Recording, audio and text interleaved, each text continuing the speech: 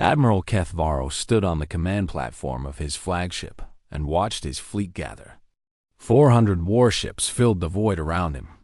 They came from 3 great species of the Coalition: the Vexari with their curved silver hulls, the Dreth with their massive black carriers, the Tovani with their fast attack cruisers that moved like predators through the darkness.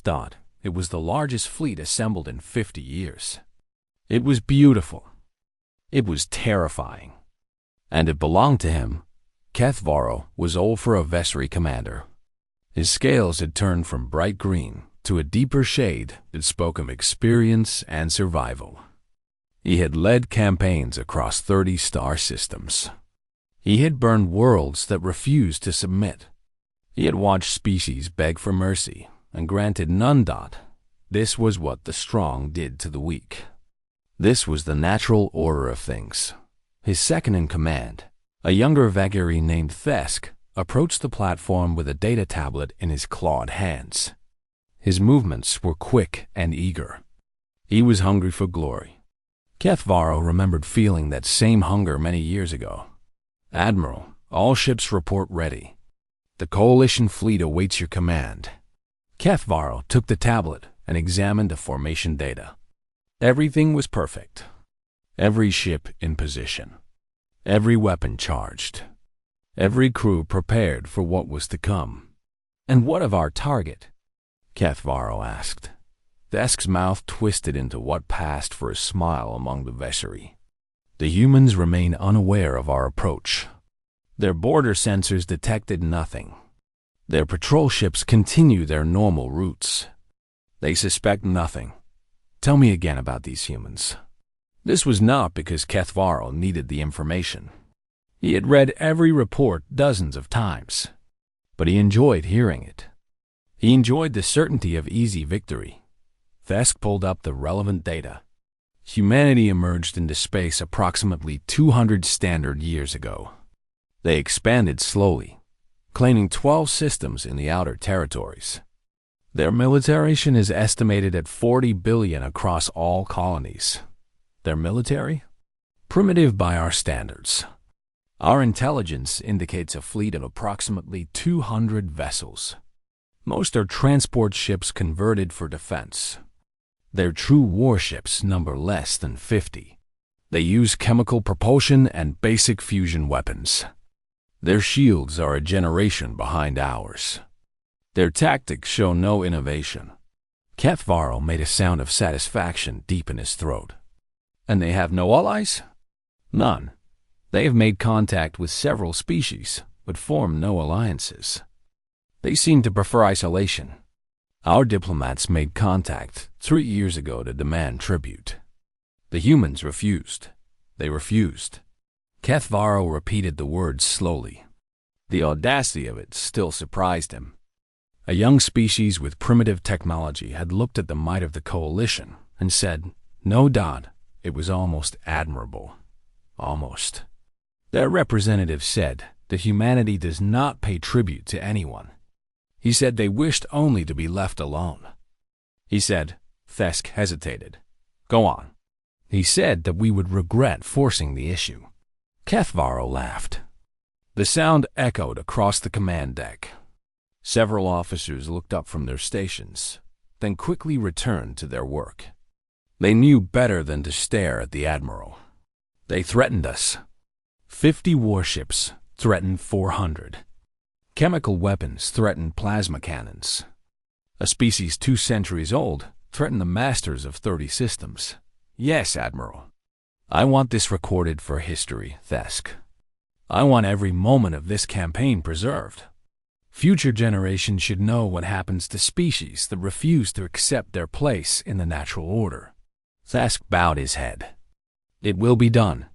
Kethvaro turned back to the main view screen. Stars filled the display, cold and distant. Somewhere out there, the humans waited in ignorance. They built their little colonies. They lived their little lives. They had no idea that death was coming for them. The Coalition had conquered 17 species.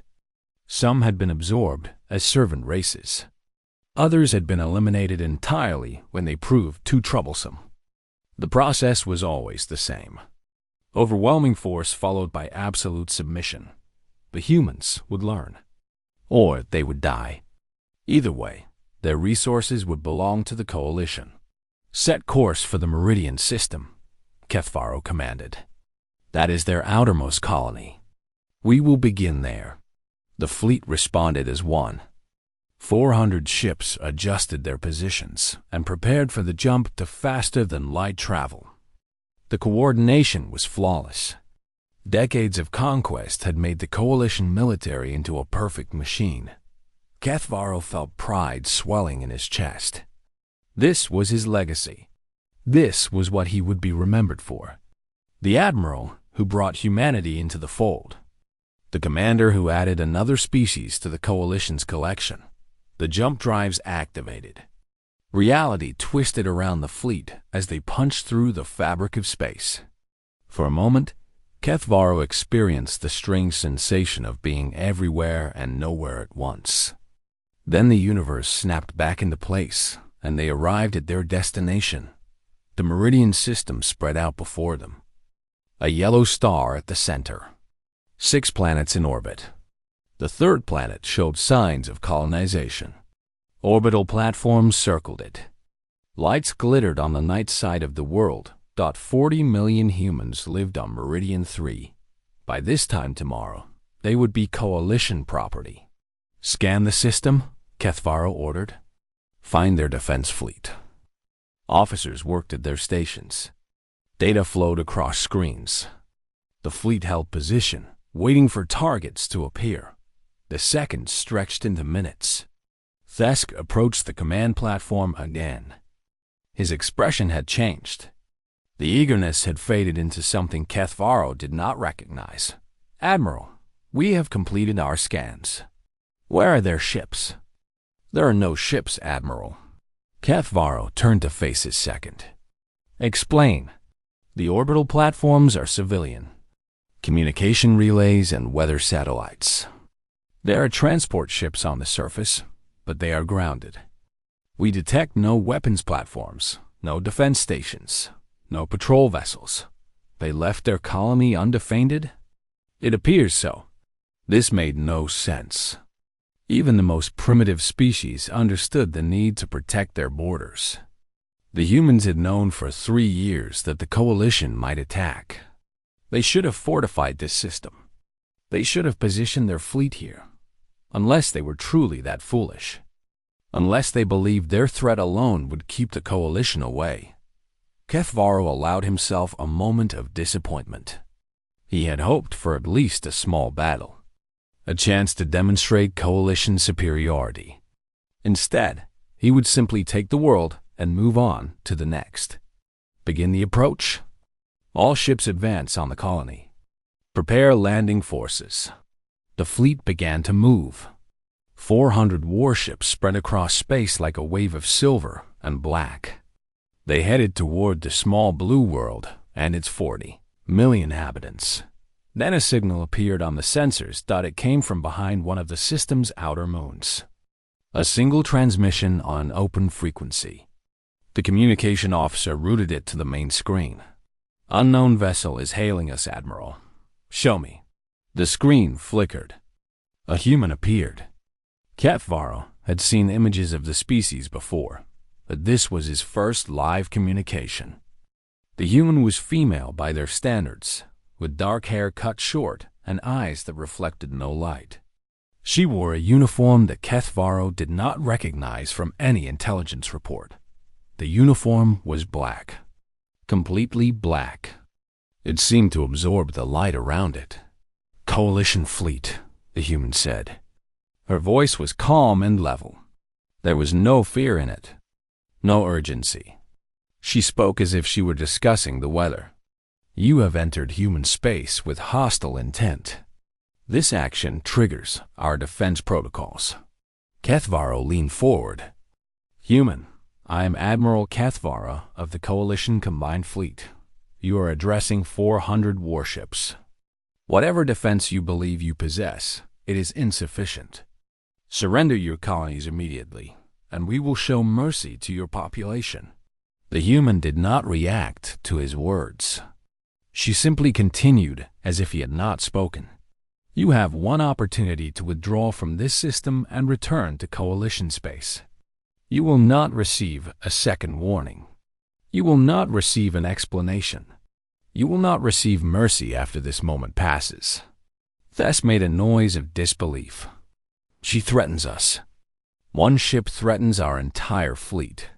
Kethvaro had not yet seen the ship. He turned to his sensor officer. "Show me this vessel. Put it on screen." The view shifted. The computer focused on the source of the transmission, enhancing the image. Adjusting for distance and light conditions, Kethvaro saw the ship. He stopped breathing. It emerged from behind the moon like a shadow given form. It was not large by Coalition standards, perhaps a third the size of his flagship. But size was not what made Kethvaro's blood run cold. The ship was wrong that it did not reflect light. It consumed it. The vessel was not painted black or covered in dark material. It seemed to exist in a space where light simply could not survive. Looking at it hurt something deep in Kethvar's mind. The shape defied easy description. It was angular, yes. It had what might be a bow and what might be engines. But the angles did not connect properly. The proportions shifted when he tried to focus on them. His eyes told him one thing. His instruments told him another. Neither could be trusted. "Sensor readings," he demanded. His voice came out as a whisper. "Admiral, The sensor officer's hands trembled over his controls. "The readings make no sense. Mass fluctuates between negligible and impossible. Energy output exceeds anything in our database by a factor of 10. The ship appears to exist partially outside our dimensional." The human ship moved through space with a grace that should not have been possible. Coalition vessels used engines. They burned fuel. They pushed against the void with fire and force. This ship simply moved. There was no engine glow, no exhaust trail, no visible means of propulsion. It glided toward the fleet like a predator, approaching sleeping prey. Admiral Kethvaro watched the approach and felt his scales tighten against his skin. This was a fear response, a biological reaction that his ancestors had developed millions of years ago, when they were small creatures hiding from larger ones. He had not felt it in decades. He forced the feeling down. He was still in command. He still had 400 ships. Whatever tricks this human vessel could perform, it could not change mathematics. "All ships, defensive formation," he ordered. His voice remained steady. He was proud of that. "Target the approaching vessel. Prepare to fire on my command." The fleet responded. Ships shifted position. Weapon systems activated. 400 vessels turned their deadly attention toward the single shadow that approached. Thesk stood beside the command platform. His younger scales had turned pale with stress. "Admiral, should we not wait? Perhaps negotiate further?" "We are the Coalition," Kethvaro replied. "We do not negotiate with inferiors. We certainly do not retreat from a single ship." But even as he spoke the words, doubt crept into his mind. The intelligence reports had been so confident. Humanity was primitive. Humanity was weak. Humanity was easy prey. The ship before him did not match those reports at all. "Range closing," the sensor officer reported. His voice shook slightly. "The vessel will enter weapons range in 30 seconds. The moment it crosses that threshold, all ships fire." "Yes, Admiral." The bridge fell silent. Every officer watched their screens. Every warrior in the fleet prepared for battle. 30 seconds stretched like hours. The human ship crossed the invisible line. Fire. The Coalition fleet unleashed everything it had. Plasma cannons sent streams of superheated matter across the void. Missile batteries released their payloads by the hundreds. Kinetic accelerators launched tungsten rods at a fraction of light speed. Laser arrays painted the darkness with invisible death dot. It was beautiful in a terrible way. 400 ships firing in perfect coordination. Thousands upon thousands of weapons, all aimed at a single target. Energy filled the space between the fleet and the human vessel. The display screens overloaded, trying to show the full extent of the attack. This barrage would have shattered a moon. It would have vaporized a small planet. It would have annihilated any fleet in known space. The weapon's fire reached the human ship and stopped. Kethvaro watched the display. His mind refused to accept what his eyes reported. The missiles did not explode. They did not impact. They simply ceased all motion, as if time itself had frozen around them. Plasma hung suspended in space, still glowing with deadly heat, but moving nowhere. Kinetic rounds floated motionless despite the incredible velocity that had propelled them. Laser beams bent around the dark hull and faded into nothing. Thousands of weapons hung in a perfect sphere around the human vessel. A halo of death frozen in place. "That is not possible," Thusk whispered. "Nothing can do that. Nothing can stop weapons in flight." Kethvaro said nothing. He had no words. His entire understanding of physics, of war, of reality had just shattered like glass dot. The human ship continued its approach. It moved through the sphere of frozen weapons as if they were decorations. As if they were nothing. Then the weapons began to move again. They turned. Slowly at first, then faster. Every missile, every plasma bolt, every kinetic round reversed its direction. They pointed back toward the ships that had fired them. A collective gasp filled the communication channels. 400 crews watched their own weapons aim at their own hulls. "Shields to maximum," Kethvaro shouted. "All power to defensive systems." The order went out. Ships across the fleet shifted energy to their shields. Warriors braced for impact. The weapons moved forward. They accelerated toward the coalition fleet. Kethvaro closed his eyes, waiting for the death he had dealt to so many others. The weapons passed through the ships. There was no impact. No explosion. No damage at all. The missiles and plasma and kinetic rounds simply phased through the hulls as if the ships were made of smoke. They continued on past the fleet and vanished into the void beyond. Kethvaro opened his eyes. He was still alive. His ship was still intact. "Status report," he demanded. "All ships report damage." The communications officer worked frantically at his station. Reports flowed in from across the fleet. Ship after ship confirmed the same impossible thing. "No damage, Admiral." "Zero damage to any vessel." The weapons passed through without effect. "They could have killed us," Thusk said. His voice was barely audible. "They reversed our attack and could have destroyed every ship in the fleet. Instead, they let it pass through us." The human ship stopped. It hung in space at the center of the coalition formation. 400 warships surrounded it on all sides. And yet somehow, impossibly, it was the coalition that felt surrounded. A new transmission came through. The human woman appeared on screen again. Her expression remained unchanged. She might have been discussing cargo manifests for all the emotion she displayed. "That was a demonstration," she said. "Your weapons cannot harm us. Our response did not harm you. This was deliberate. We do not wish to kill if we can avoid it." Kethvaro found his voice. "What are you? What is that ship?" The human considered the question. For the first time, something like interest flickered across her face. "You have intelligence on humanity. You know we emerged into space 200 years ago. You know we have colonies in 12 systems.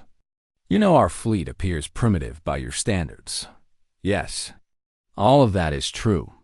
And all of it is deliberate." Kethvaro did not understand. He said so. "We discovered early in our spacefaring history that the galaxy is not a safe place. Species like yours dominate through force. The weak are conquered or destroyed. This is the pattern across 1,000 worlds. This is the natural order, Kethvaro said. The words sounded hollow even to him. It is the current order. We decided to change it, but we knew we could not do so through conventional means. A young species cannot outproduce older civilizations. We cannot win a war of numbers. So we chose a different path. What path? Everything humanity has done for 2 centuries has been focused on a single project.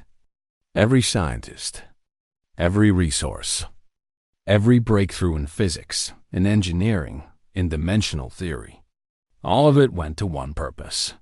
The human gestured behind her, though the camera showed only the interior of her ship. We did not build a fleet. We built the Prometheus.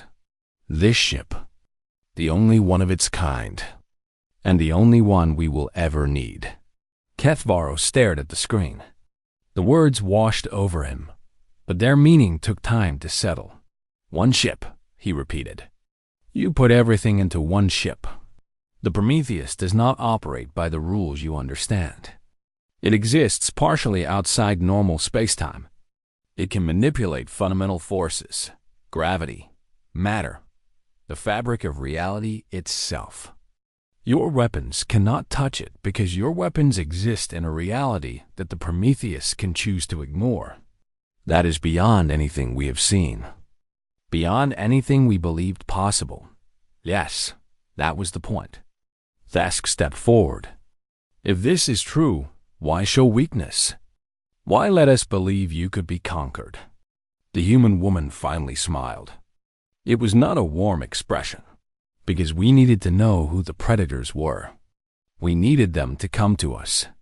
An aggressive species will always attack what appears weak. We appeared weak. You came. Now you know the truth. Kethvaro understood then. The cold certainty of it settled into his bones. The intelligence we gathered. The primitive ships. The crude weapons. All of it was false. Not false. Simply incomplete. Those ships exist. They carry our colonists and protect our trade routes. They are exactly what they appear to be. The Prometheus was never included in any data you could access. It was never seen by any species until today. Because today is when you wanted us to see it. Because today is when you needed to see it. When the coalition needed to see it. When every species that thinks strength means conquest needed to understand that there is something stronger. The transmission ended again. The human ship remained motionless at the center of the fleet. Kethvaro turned to his bridge crew. They stared at him with eyes full of fear and confusion. They had followed him across 30 systems. They had believed in coalition superiority. They had never questioned that strength meant victory. Now they questioned everything. Admiral, the sensor officer said quietly, I am detecting additional signals from the human ship. They are not weapons. They appear to be... I am not certain. The ship seems to be doing something to space around it. Doing what? I cannot explain it, Admiral. The reading suggests the ship is waiting, but also reaching. Scanning something beyond our sensor range. Scanning for what? I believe. The officer swallowed. I believe it is scanning our homeworlds. The words hit Kethvaro like a physical blow. The Coalition's homeworlds were hundreds of light years away. No sensor could reach that distance. No ship could travel there instantly. But the Prometheus was not any ship. It knows where we live, Desk said. It could go there. It could do to our worlds what it just did to our fleet. Or worse, Kethvaro replied. His voice had gone very quiet. It could do far worse. The silence stretched across the fleet like a living thing. No one fired. No one moved. 400 warships floated in perfect stillness, surrounding the dark vessel that had broken their understanding of reality. Admiral Kethvaro had not spoken in nearly an hour. He stood on his command platform and stared at the Prometheus through the main view screen. His mind raced through possibilities, strategies, and options. Each path ended in the same place. Defeat, not through battle. The Prometheus had proven battle was meaningless against it, but through the simple, devastating fact that everything the Coalition believed about power and control had been wrong. Thesk approached carefully. Admiral, the fleet commanders are requesting guidance. They do not know what to do. Neither do I. The admission would have been unthinkable an hour ago. Kethvaro had commanded fleets for decades. He had always known what to do, but he had always operated in a universe with rules he understood. Strength defeated weakness. Numbers overwhelmed individuals. Superior technology guaranteed victory. The Prometheus broke all those rules. The human is transmitting again, the communications officer announced. She wishes to speak. On screen. The woman appeared once more. Her face remained calm, almost serene. She did not look like a warrior who had just defeated an invasion fleet. She looked like someone explaining something simple to those who struggled to understand. Admiral Kethvaro, I know you have questions. I am prepared to answer them. Kethvaro collected himself. If he could not fight, perhaps he could at least understand. Understanding might lead to some path forward. Your ship, the Prometheus. You say it exists partially outside normal spacetime. Explain this. The human nodded. The universe we inhabit is not the only layer of reality. Think of it like pages in a book. Most species live entirely on one page. They cannot perceive the pages above or below. They cannot interact with them. And humanity can? The Prometheus can. It exists simultaneously across multiple dimensional layers. When your weapons fired, they struck only the layer where those weapons could function. The ship simply shifted its presence to layers your weapons could not reach. But the ship is here. We can see it. You can see the shadow it casts on your layer of reality. The true vessel is far more than what your sensors perceive. Kethvaro's mind struggled with the concept. He was a military commander, not a physicist. But he understood enough to recognize the implications. If this is true, no weapon in our arsenal can harm you. No defense can stop you. You are completely invulnerable to conventional attack. Correct. Then why negotiate at all? Why not simply destroy us and be done with it? The human's expression shifted slightly. Something that might have been sadness crossed her features. That question reveals much about how the Coalition thinks. In your experience, power exists to dominate. The strong use their strength to crush the weak. This is the only model you know. It is how the galaxy works. It is how the galaxy has worked. We intend to change that. Thesk spoke up. You speak of changing the galaxy. How can one ship, however powerful, change entire civilizations? By demonstrating that the old rules no longer apply. By showing every aggressive species that conquest is no longer profitable.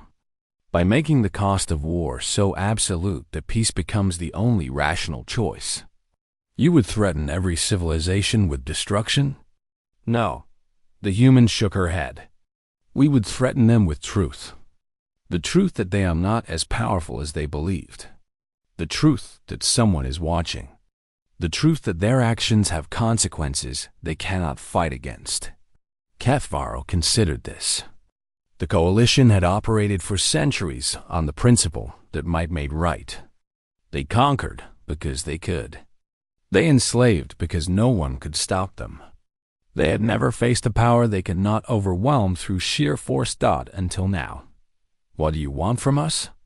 He asked finally. You say you do not wish to kill, but you must want something. All power seeks to express itself. We want you to stop. Stop what? Everything. The conquest. The enslavement. The burning of worlds that resist. The treatment of other species as resources to be exploited. The human leaned forward slightly. We want the coalition to end its campaign of domination and become something better. And if we refuse, then the Prometheus will visit each coalition homeworld. Not to destroy, to demonstrate. Every citizen of every coalition species will see what you have seen today. They will know that their governments lied about their power. They will know that they are not the masters of the galaxy. They will know that their leaders brought them to the edge of extinction through arrogance and greed. Cathvaro felt cold spreading through his body. This was a threat, but not the kind he knew how to counter. The human was not threatening to kill his people. She was threatening something far more dangerous. The truth. The coalition maintained control partly through fear and partly through belief. Citizens believed their governments were strong. They believed the fleet protected them. They believed conquest was necessary and justified. If those beliefs shattered, if the citizens saw that their mighty fleet could not harm a single human ship, chaos would follow. Governments would fall. Revolutions would sweep across worlds. The coalition would tear itself apart from the inside. You would destroy us without firing a shot, Cathvaro said quietly. We would set you free, the human replied. Free from the lies your leaders have told. Free from the cycle of conquest that has trapped your species in endless war. Free to become something better than what you are. You speak of freedom, but you offer only a different kind of submission. Obey humanity or face destruction of our society. No, we offer a choice. Continue as you are and face the consequences of your actions. Or change and discover what your species could become without the burden of empire. Thask stepped forward again. His scales had regained some color, but his voice remained uncertain. How do we know you will honor any agreement? How can we trust a species that deceived us so completely? The human smiled again. This time, there was warmth in it. You cannot. Trust must be earned through action, not promised through words. We understand this. That is why we do not ask for your trust. We ask only for you to consider the reality of your situation. And what is that reality? You came here to conquer. You cannot. You came here expecting easy victory. There is none. You came here believing you were the strongest force in this region of space. You are not. The human spread her hands. These are facts. They do not require trust or belief. They simply are. Cathvaro looked at his bridge crew. Officers who had served with him for years. Warriors who had killed and conquered at his command. They stared at him with expressions he had never seen on their faces before. Hope, not hope for victory. Hope for an end. Hope that maybe, just maybe, there was a way out of the endless cycle of war that had consumed their lives. If we withdrew, Cathvaro said slowly, if we returned to coalition space and ended our campaign, what then? Then we would watch. We would observe. If the coalition truly changed, if you freed the species you have enslaved and ceased your aggression, you would hear nothing more from us. The Prometheus would remain, but it would not interfere with coalition affairs. And if we do not change? If we retreat now but return later with better weapons? The human's expression hardened. Then we would do what we hope to avoid. The Prometheus has capabilities we have not demonstrated today. We can do more than freeze weapons and phase through attacks. We can reach across space instantly. We can be anywhere. We can act before you even know we are watching. You would destroy us.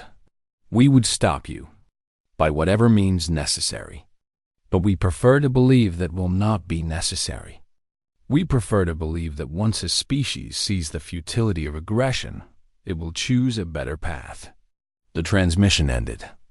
The Prometheus hung silent and dark at the center of the fleet. Cathvaro turned to face his officers. Every eye watched him. Every ear waited for his words. He thought of his homeworld. The great cities of Vexor Prime. The billions who lived their lives believing the fleet would always protect them.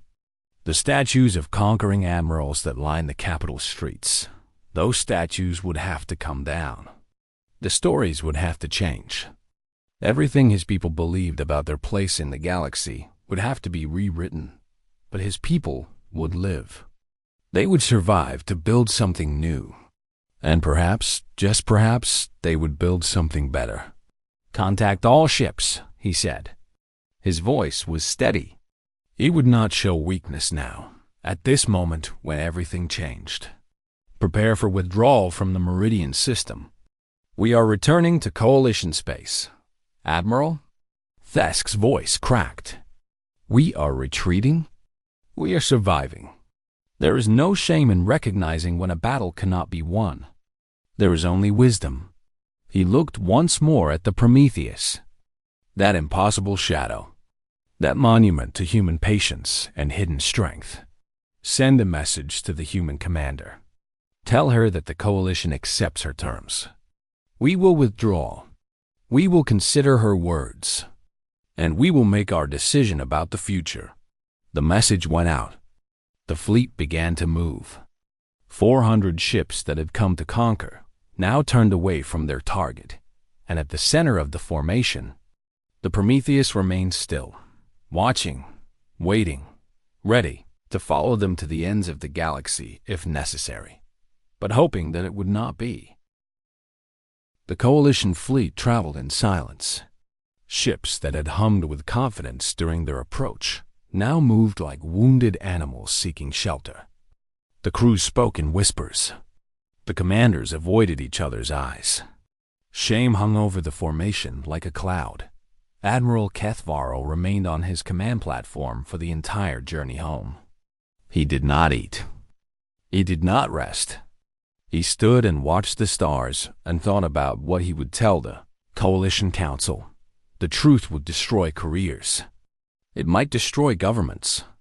Entire political structures have been built on the foundation of Coalition military supremacy. When the people learned that supremacy was an illusion, everything would change. Thesk approached near the end of the journey.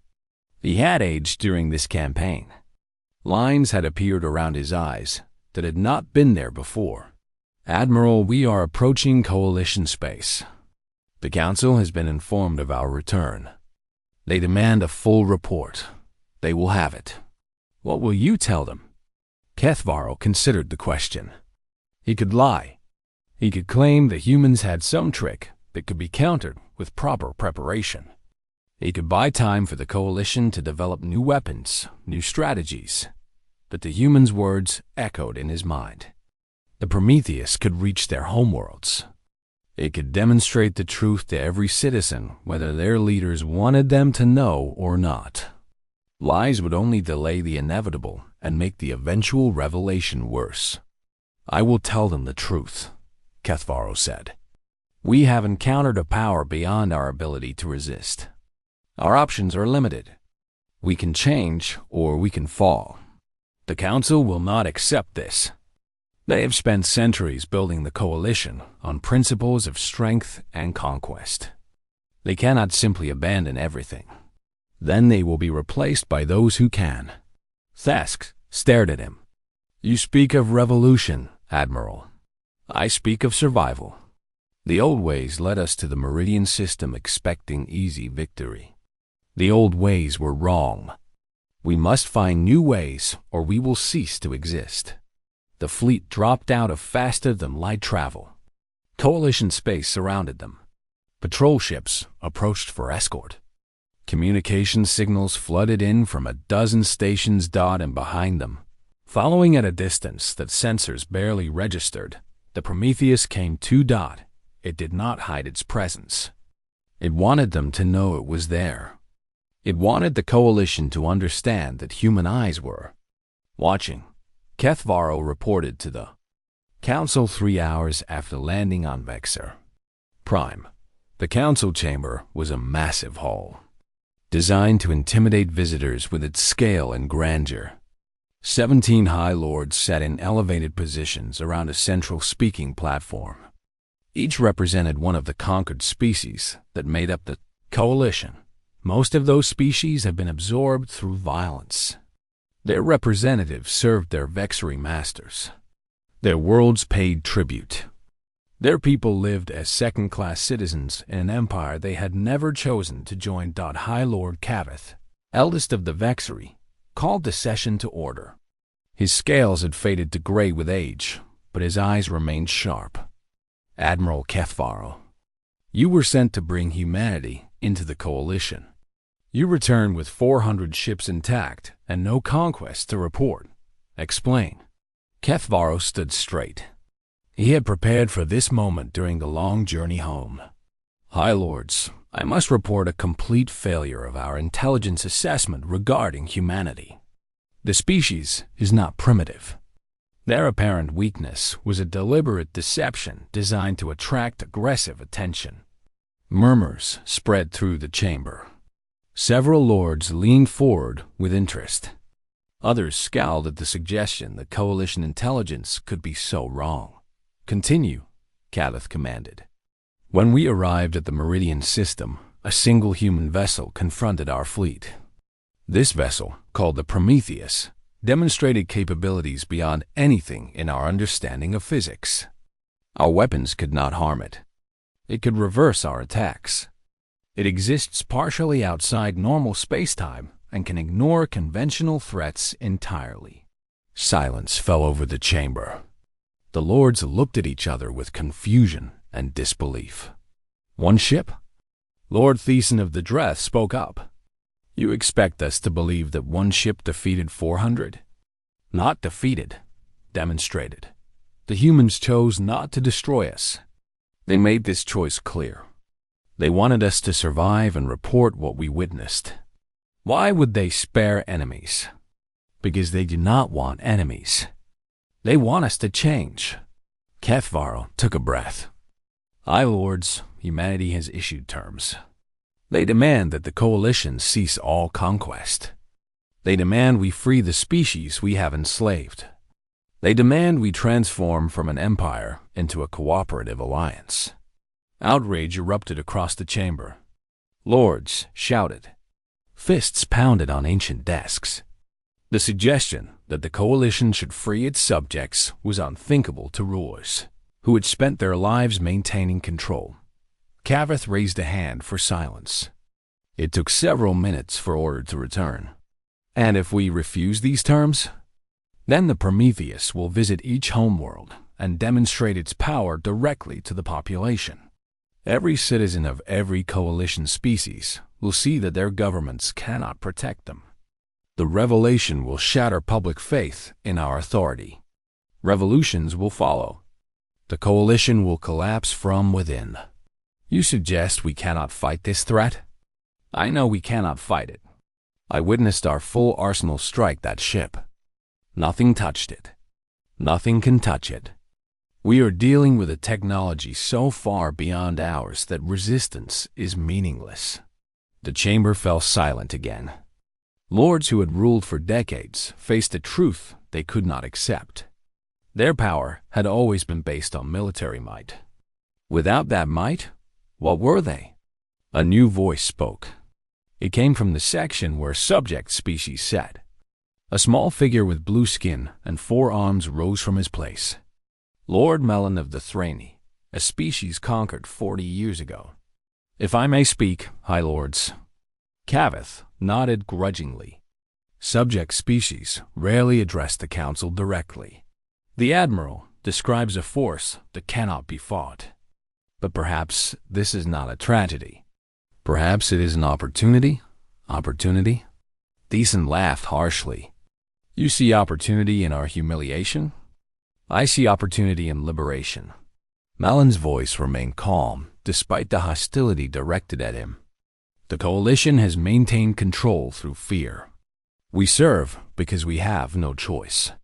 But if that fear ends, if a greater power guarantees that conquest no longer works, then all species become equal again. You would celebrate our weakness? I would celebrate the end of domination. My people did not choose to join the coalition. We were forced. Under human terms, we could choose our own path. We could remain partners with the Vexeri and Dreth and Tervani, or we could pursue independence. The choice would be ours. Kavath's eyes narrowed. And you think this is what humanity wants? A galaxy of free choices? I think humanity has offered us a chance to become something better than what we are. The Admiral is correct that we cannot fight them. But perhaps we do not need to fight. Perhaps we can simply accept that the Age of Empires is ending and prepare for what comes next. The Lords deliberated for hours. Kethvaro remained standing throughout, answering questions and providing details about the Prometheus encounter. Some Lords refused to believe. Some demanded new weapons be developed. Some called for alliances with other powers who might help counter humanity. But in the end, reality won. The Prometheus remained in coalition space. It could be detected at the edge of sensor range, always watching. Every hour it stayed was another reminder that the old rules no longer applied. When the vote finally came, it was closer than Kethvaro expected. But it passed. The coalition would accept humanity's terms. Conquest would end. Subject species would be given the choice to remain or leave. The Empire would transform into something new. Kavath delivered the announcement to the public that evening. His words were broadcast across every coalition world. Billions watched as their High Lord explained that the galaxy had changed, and the coalition must change with it. Reactions varied. Some celebrated. Some raged. Some wept for glory lost. But beneath all, the emotion ran a current of relief. The endless war that had consumed generations was finally ending. The sacrifices in the blood and the conquered worlds had led to this moment of transformation. Kethvaro watched the broadcast from his quarters. He felt empty. His career was over. Admirals who failed did not remain admirals. But he had done what duty required. He had brought the truth home and let the truth do its work. A communication signal interrupted his thoughts. He answered without enthusiasm. The human woman appeared on his personal screen. She still wore that strange black uniform. Her expression remained calm. Admiral Kethvaro, I wanted to thank you personally. Thank me? I brought your message of domination to my people. I helped you conquer us without battle. No, you helped your people survive. You could have lied to the Council. You could have tried to buy time for weapons development. You chose truth instead. That choice saved lives that would have been lost if we had been forced to demonstrate our capabilities more directly. Kethvaro said nothing. He did not feel like a savior. He felt like a failure. I know this is difficult, the human continued. Changing everything you believed is never easy. But I want you to know that humanity does not see the coalition as enemies. We see you as neighbors who were raised in a violent galaxy and learned violent ways. We hope you can learn better ways now, and if we cannot, if old habits return. 5 years passed. The galaxy changed in ways that would have seemed impossible before the Meridian encounter. The Coalition, once the most feared power in the Outer Rim, transformed into something its founders would not have recognized. That it began with the freeing of the subject species. One by one, worlds that had served under Vexeri rule were given the choice to stay or leave. Most stayed, not from fear, but from the recognition that isolation brought its own dangers. They renegotiated their membership. They demanded equal representation. They built something new from the wreckage of empire. The Thrani became the first subject species to hold a high lore position. Melon, who had spoken so boldly in that first council meeting, was elected to lead the Reformed Alliance. His first act was to rename it. The Coalition of Conquest became the Meridian Compact, a partnership of equals working together by choice. Admiral Kethvaro watched these changes from retirement. He had expected disgrace. Instead, he found a strange kind of respect. The officer who had brought truth home. The commander who had chosen survival over pride. Young soldiers sought him out for advice. Political leaders asked his opinion on reforms. He gave his wisdom freely. He had nothing left to prove. The Prometheus remained. It traveled between the stars, never settling in one place for long. Sometimes it appeared at the edge of compact space, a dark shadow against the light of distant suns. Sometimes it visited worlds that still practiced conquest, demonstrating the futility of aggression to species that had not yet learned. Word spread through the galaxy. Stories of the impossible ship that could not be harmed. Tales of the humans who had chosen to build one perfect guardian instead of 1,000 imperfect weapons. Legends grew around the Prometheus and its crew. Some species resisted the new order. The Varkathi Empire, far on the other side of the galaxy, refused to believe the stories. They launched an invasion of human space, confident that their superior numbers would overcome any single vessel. The Prometheus met them at the border. What followed lasted less than an hour. No ships were destroyed. No lives were lost. But the Varkathi fleet returned home convinced that war with humanity was impossible. Their empire began its own slow transformation, following the path the coalition had already walked out on Earth. Humanity watched these events with cautious optimism. They had gambled everything on a single idea. The idea that the galaxy's cycle of violence could be broken not through more violence, but through the absolute demonstration that violence no longer worked. The gamble appeared to be paying off. Captain Sarah Chun, commander of the Prometheus, made her regular report to the United Earth Council. She sat in the command chair of the most powerful vessel ever created and spoke to leaders who still struggled to comprehend what they had built. The Varkathi situation is resolved. They've announced a cessation of conquest operations. Intelligence suggests they're beginning the process of freeing their subject worlds. Council Chairman Akaro nodded on the view screen. That makes 17 empires that have reformed since Meridian. You've been busy, Captain. The ship has been busy. I just pointed in the right direction. Don't underestimate your role in this. The Prometheus could destroy or dominate. It doesn't. That choice matters. Chun considered his words.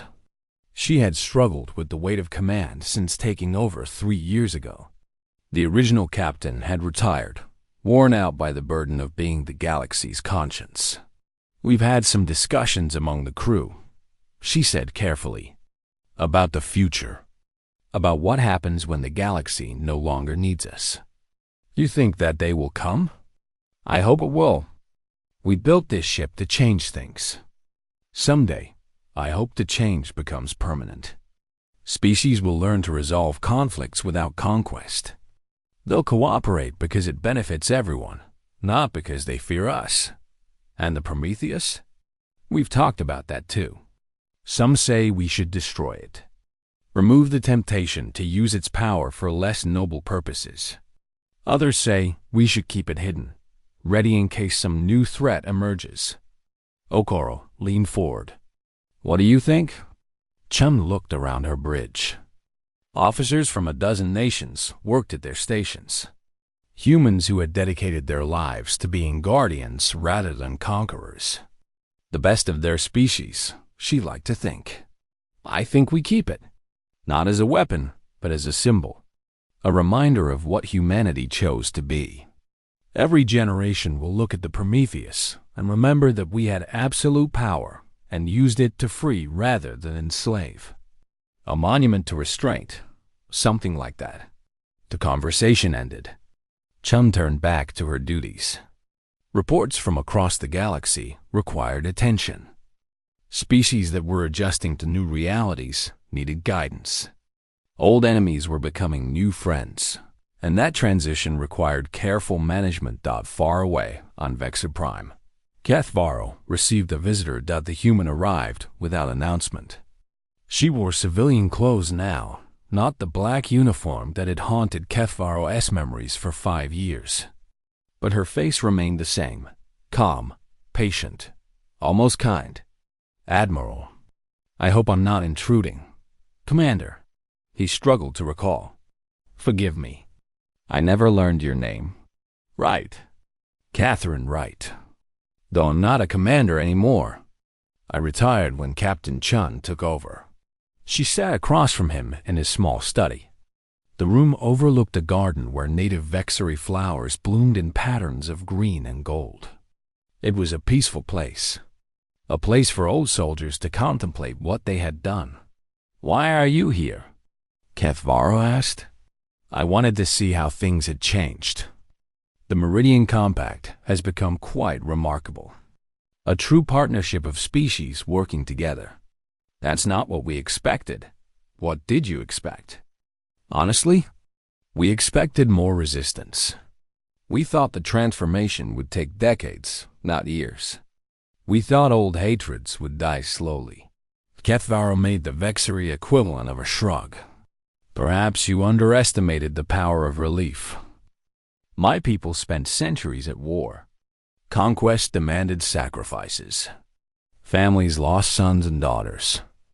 Resources went to weapons instead of welfare. When we were finally given permission to stop, most of us discovered we wanted to stop." "Permission? Is that how you see it? What else would you call it?" "The Prometheus made war impossible. That removed the pressure to be warriors. Without that pressure, we could finally ask ourselves what we wanted to be." The answer surprised many of us. Wright nodded slowly. "And what did you want to be?" "Builders, teachers, healers, artists." Kethvaro's old eyes grew distant. "We were those things once, before we became conquerors. We forgot. The Prometheus helped us remember." They talked for hours. About the old days and the new ones.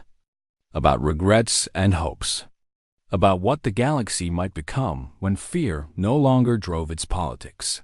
When Wright finally left, Kethvaro returned to his garden. He walked among the flowers, feeling the warmth of his sun on his aged scales. He thought about the journey from that moment in the Meridian system to this peaceful afternoon. He had been so certain then. Certain that the strong must dominate. Certain that power meant conquest. Certain that the natural order of the galaxy was struggle and war. He had been wrong. And he was grateful for it. The Prometheus continued its patrol somewhere among the stars. A guardian that rarely needed to act because its existence was enough. A monument to a species that had power beyond imagining and chose to use it for protection rather than domination. Other species would remember what happened in the Meridian system. They would tell stories to their children about the day everything changed. About the fleet that came to conquer and left humbled. About the single ship that froze weapons in space and turned them back without harm.